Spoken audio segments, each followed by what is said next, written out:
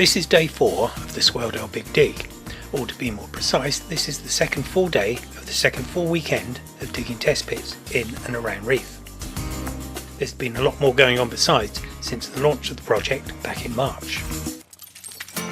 Yesterday, 5 teams opened up 5 separate pits in private gardens around the village. 3 of those reached natural during the day and were backfilled. The other 2 were closed down, ready to start again this morning. Pit 25 at the Buck Hotel has been reopened and the team are continuing to dig down through some interesting features. Over in the garden of the old vet practice at Pit 23, they're nearly down a metre and are about to start on Context 10. Both these pits reveal some very interesting finds, including clusters of animal bones. Another team is opening up a new pit at Anvil Square, just off the top of Reeth Green and in a very public place. Only a short distance under the turf, they've come across a layer of cobbles. These are similar to a set they found in an earlier pit, dug with the help of the young archaeologist group and further on down the green. Once cleaned, photographed and recorded, these will be removed to see what lies underneath.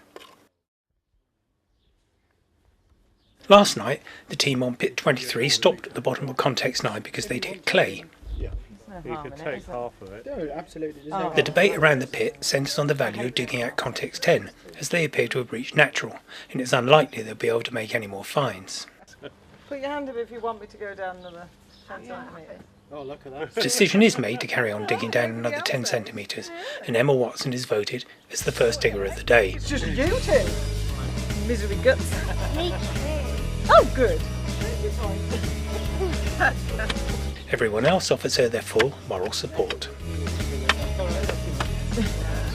Very good point.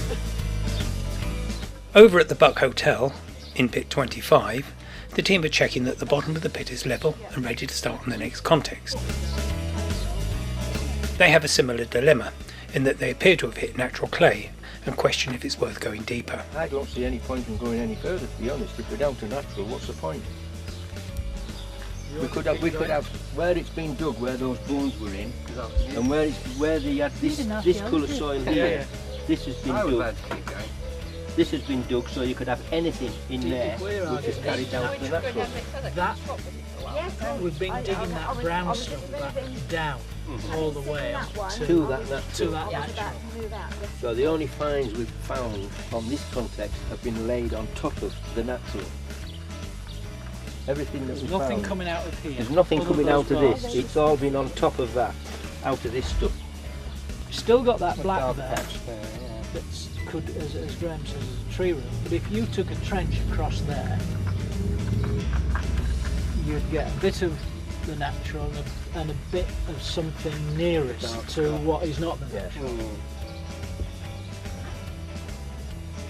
You reckon? You happy with that, Jackie? Yeah. Right, let's do that. But we need to draw it over. We need to draw it and record it, yeah. And we can do a section when we've done the.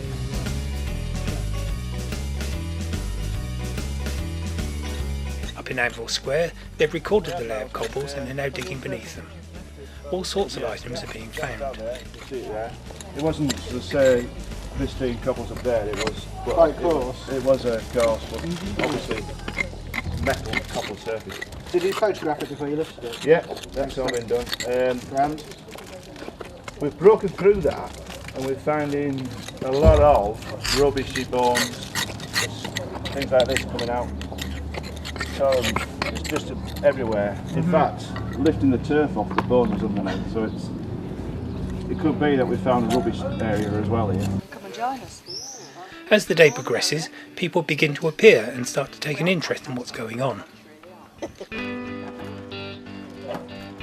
Reeth is a popular tourist attraction in the North Yorkshire Dales, and the village green can get quite crowded with visitors at times. It's funny how kids always seem to be particularly interested in what people are doing digging holes in the ground.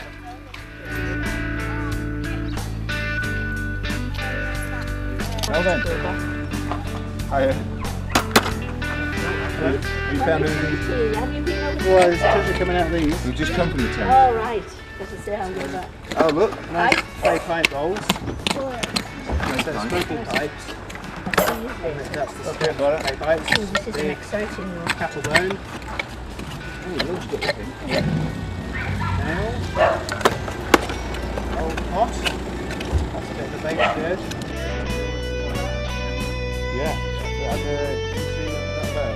It's getting close to lunch, and Stephen Eastmead takes advantage of a quiet period to recall details of the context they've just finished.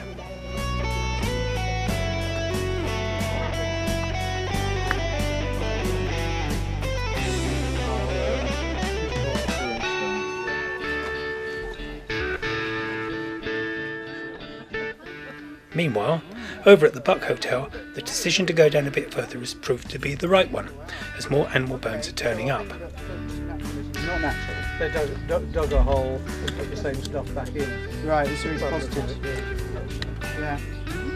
And you'll get a black soil around it. If it's anaerobic, Wow. Is that articulated again? Is there another bit of bone there? that looks like it's there. Is that a bit of stone to the back of it? And there's some bone down under there. What's that? That's bone. Is that bone there? Come on. Yes, it is. Yeah. Vet Paul Roger comes back with his books for a second forensic session. It looks like more cattle bones.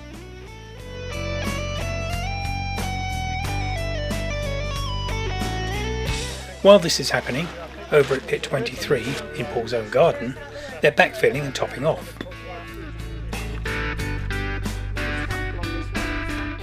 Nothing of interest came out of Context 10, and they really had hit natural.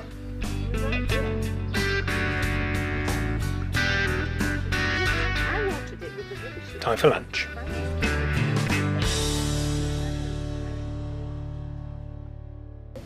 After lunch, work continues on pit 19 in Anvil Square, which is now quite deep. The spoil heap is also growing rapidly. Extra help has arrived from pit 23, which closed before lunch, so more rapid progress is being made. Over on the green, it's very busy, and there are more visitors heading towards the pit to see what's going on.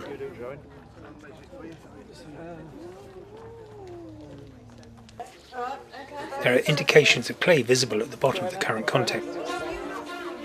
They've hit natural, and the decision is made to close the pit, and final photographs, measurements and sketches are made of its four walls and bottom layer for the records. Then it's backfilling and trying to get all the excavated material into the hole as evenly as possible. We have quite a few bits. Clay pipe bowl. That one's really nice because you've got part of the stem and the little base. But most of these have very little decoration on. They're quite small bowls.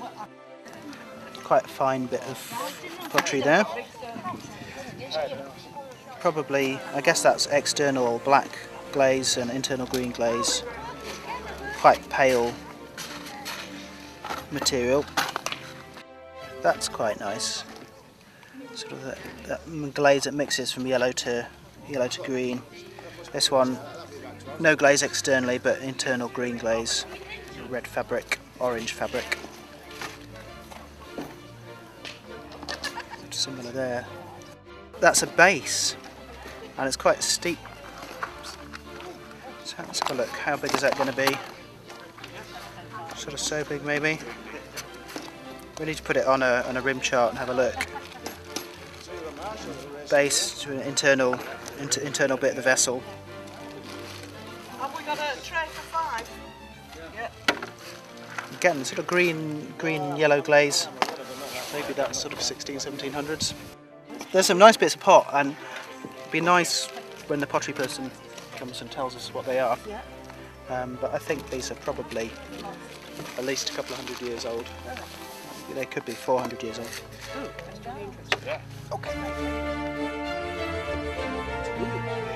At the Buck Hotel, they've also hit natural clay. Some of the team take a refreshment break, while others make a final record of the pit with photographs and sketches of the four walls and bottom layer.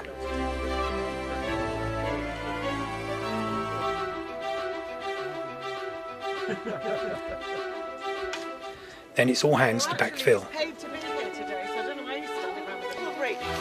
With such a large team to hand, progress is made very rapidly. It's been a good weekend and the weather's held out. All 6 pits have been dug and recorded and everything's gone to plan. June's been a busy month with the children from 4 different schools involved in digs on the green. There was also a public dig for the Swaledale Festival. Everyone's looking forward to next month, so they can do it all again.